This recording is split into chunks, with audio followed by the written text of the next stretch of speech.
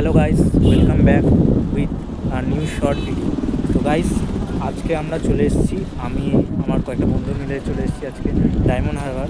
তো এটা দেখতে পাচ্ছ সেই সমুদ্র, মানে খুবই অতুলনীয় একটা জায়গা, আর পরিবেশটাও খুব সুন্দর, দারুণ আবহাওয়া। আর সাথে রয়েছে আমার বন্ধু,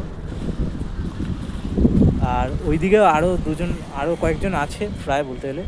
আর আজকে আমরা জাস্ট এসছি মজা করতে, এই ঘুরবো ফিরবো, একটু খাওয়া দাওয়া করবো, তারপর আবার বেরিয়ে যাবো বিকেলের টাইমে, বিকেল বেরিয়ে যাবো।